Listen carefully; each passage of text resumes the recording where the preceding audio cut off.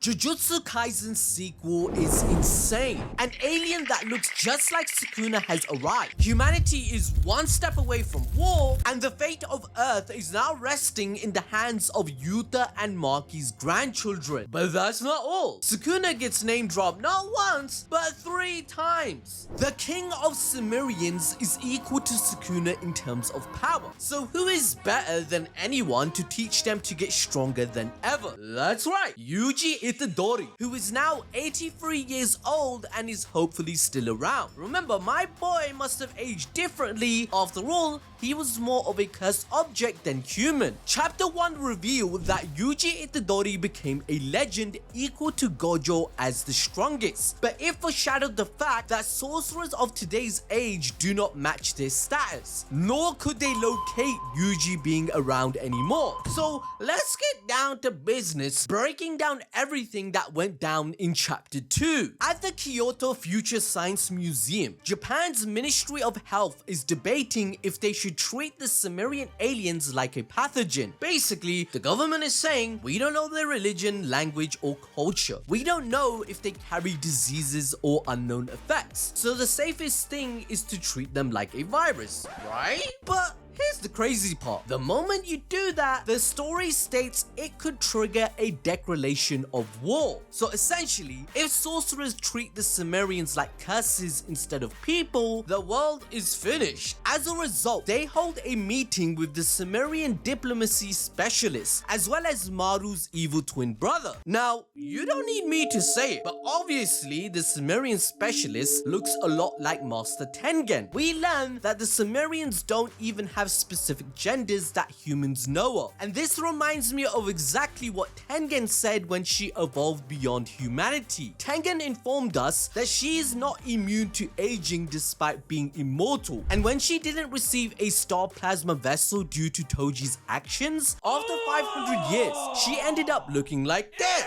So that's the clue that the Simurian aliens could be centuries, if not thousands of years old. Also, the design of the dude named Jabaroma, it looks shockingly similar to the Laughing Buddha, which is very important for us to understand, because it could be telling us that curse energy is a construct with the entire universe that aligns every species to evolution. Like, I know everyone is clowning JJK right now that it's like Boruto, where the Otsutsuki are the origin of chakra, but curse energy seems to be going that direction too. Why? Well, because Master Tengen was someone that predated even Sukuna. She was from 1200 years ago, and Tengen was the one that preached Buddhism and the foundation of sorcery in the Nara period. And since the Simurians in real life are the cradle of civilization, being some of the first intelligent societies 6,000 years ago, Tengen and Sukuna could be descendants. Essentially, Earth's Buddhism and barrier techniques came from Tengen, but the aliens perfected the same path of evolution. Now I want you to hit the notification bell and like the video right now, because I will dive deeper into this topic with Sukuna's reincarnation, and you definitely don't want to miss out on that video. Anyway, as the meeting proceeds, Usami steps in to welcome the alien, but you can already feel the mistrust boiling underneath. The Simurian thank Earth for welcoming them, but the Japanese representatives are shocked. They didn't even know the aliens could speak Japanese, and it turns out that in America, they were already talking in English, and the US didn't bother sharing that intel with Japan. Instead, they just told the sorcerers to quickly ask the aliens for their superior technology. And that sounds quite right to me. The USA do be like that for their self-interest. Like, imagine if they had oil. Oil? Who said something about oil, bitch? You cooking?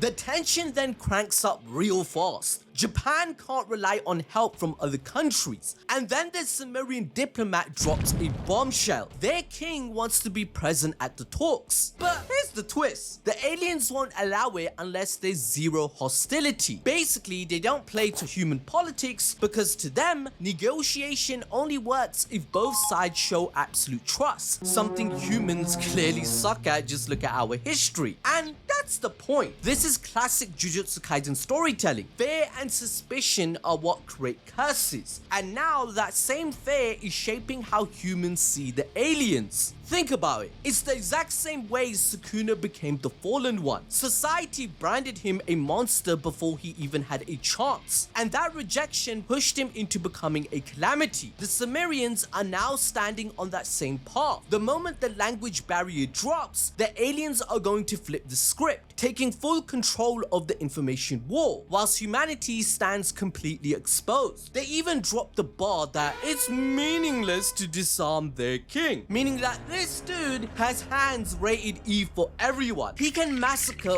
all of them on a whim, and his curse technique must be absolutely bonkers, equal to Gojo or Sukuna. But just like Yuji once became Sukuna's balance, now Maru is positioned as the counterweight to the alien king. He's the bridge, and whether he succeeds or fails, it will decide if this ends in all-out war. Now, when we actually meet the king, his presence alone reminds humanity of Sukuna. His aura alone is overwhelming, so heavy that humans in the room genuinely wonder if they're even still alive while shooting bricks. Usami then even has to admit that if they were serious, the aliens could bring down our country very easily. This statement alone automatically puts them at a special grade status, because remember that in the original Jujutsu Kaisen manga, Kenjaku claimed a special grade is someone capable of wiping out a nation with one hand behind their back. It is reserved for sorcerers with such immense strength that their destructive potential is immeasurable. So the humans now, they're all thinking, wait a second, we've been getting weaker and weaker, and now we have to deal with this Sukuna level calamity?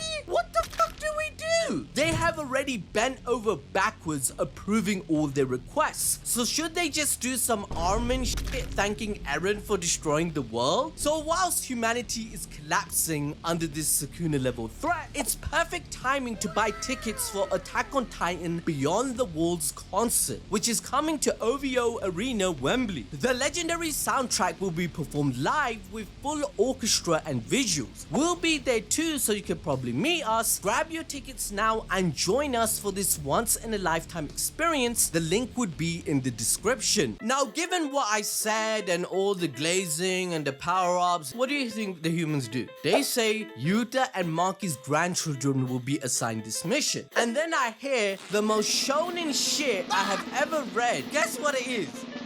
The power of friendship. They need to melt the hearts of the Simurian aliens without politics, but with the spirit of the next generation, proving coexistence is possible.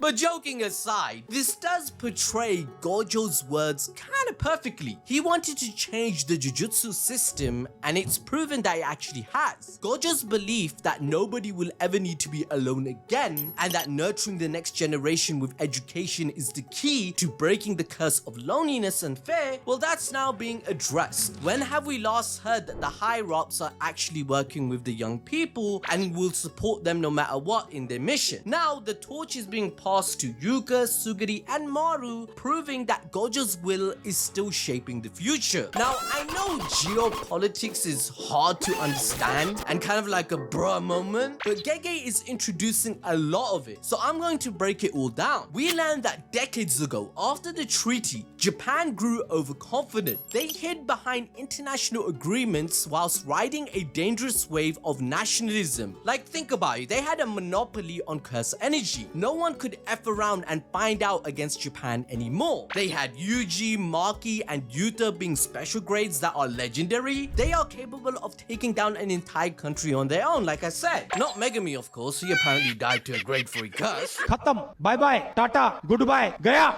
But that complacency nearly doomed them before, and now history is threatening to repeat itself. As the discussion unfolds, the danger becomes clear. Isolation will always breed fear, and fear always breeds violence. If news of the Simurian aliens leaks to the public, that fear could quickly spiral into hatred and armed conflict. And if that happens, war is inevitable. This is when we snap back to our MCs, discussing what they discovered in chapter 1 and getting up to speed with everything. They learned that the threat is equal to Ryumin Sukuna, which allows the story to give even more revelations that we were dying dying for. Apparently, Yuta told his grandkids the complete story of JJK, speed reading the entire manga, informing them that's how he received his forehead scar. They start believing what the child trafficker stated regarding aliens. I mean, each kid he was kidnapping was worth $50 million each or more, so why would he stop such a lucrative business if he wasn't serious? They then debate about Maru, and they agree on one thing: he must be from out of this world. But Yuka suggests they should check. But the logic is very clear. Usami introduced Maru as an inspector from a security treaty country, so officially they're not allowed to know his true origin just yet. This clash between the siblings perfectly sets up the dynamic of the story. Yuka wants to believe in Maru to give him a chance at humanity, but Sugiri sees only a threat, convinced that putting faith in an outsider could be their downfall. They then squeeze more info out of the trafficker. He informs them that information leaks are inevitable, especially in government offices that can barely function after the AI regulation era. They're so outdated that he even jokes they might as well go back to pen and paper. It's basically Gege clowning on how fragile our real world systems are. Like, look at the real world, look at our actual politicians right now. Every bloody country is cooked, mate. Nepal's cooked, Qatar's cooked, the Celestial Dragons are cooked,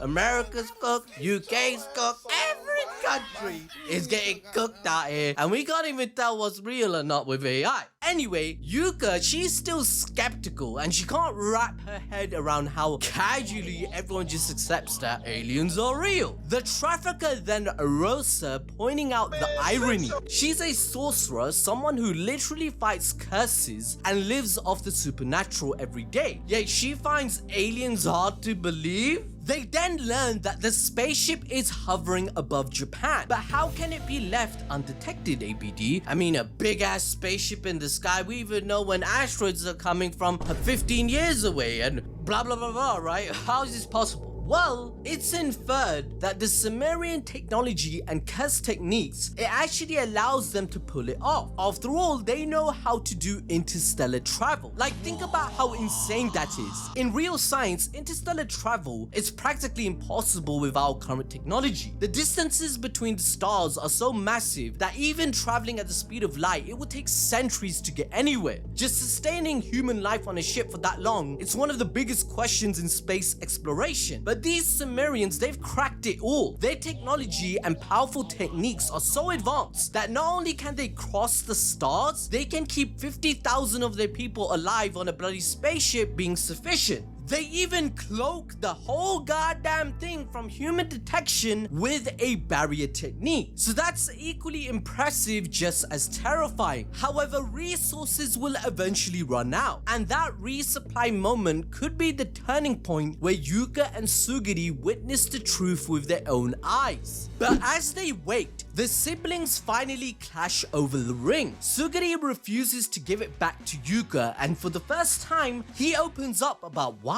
Like Maki's Zenin, he was born with heavenly restriction, and Maki was treated as a failure by the Zenin clan until, she slaughtered them all and proved her worth. Sugiri wants to do the same thing by showing the Gojo clan that his strength comes from himself, not from some inherited ring. But he doesn't want to massacre them though. However, all of this ties straight back to chapter 1, where Sugiri said his real goal was to prove he could stand on his own. Meanwhile, Yuka has always wanted to keep the ring to carry Yuta's legacy forward. That's why they're constantly butting heads. One wants to return the ring, the other wants to inherit it. And that difference in ideals is exactly why both siblings are fighting to become the strongest through two different paths. We even get this sick ass panel of them walking on the ring to showcase this metaphor, and I thought it was fire.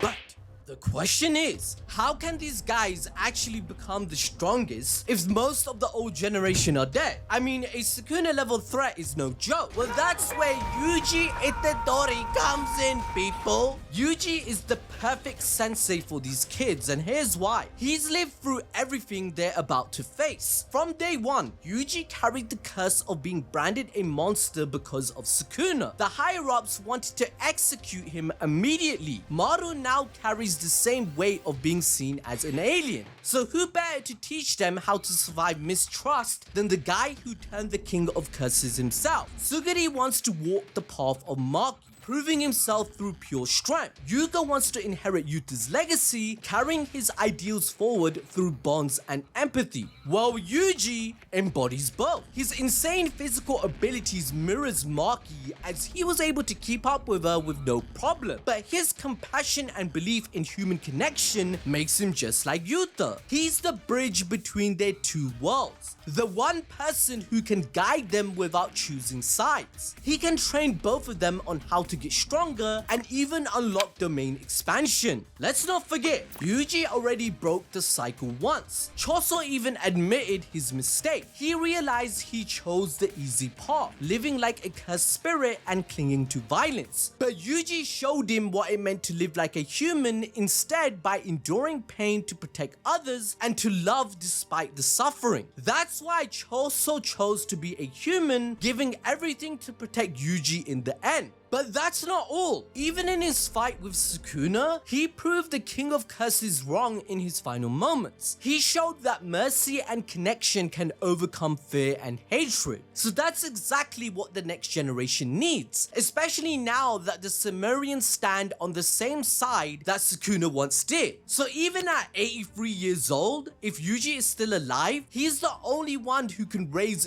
Yuga and Sugiri into the strongest sorcerers of this era. He can spam Black Flash like it's light work, resetting his curse energy output and supercharging his reverse curse technique. He inherited Sukuna's potential, technique, and soul awareness, letting him punch the soul directly, which they would need against the Sumerian king. His body is basically a curse object created by Kenjaku, making his durability and growth rate broken, matching Maki. I mean, that will also mean that he aged differently since he's not completely human. Yuji then learned RCT quite fast, so he can pass all of these abilities down to them.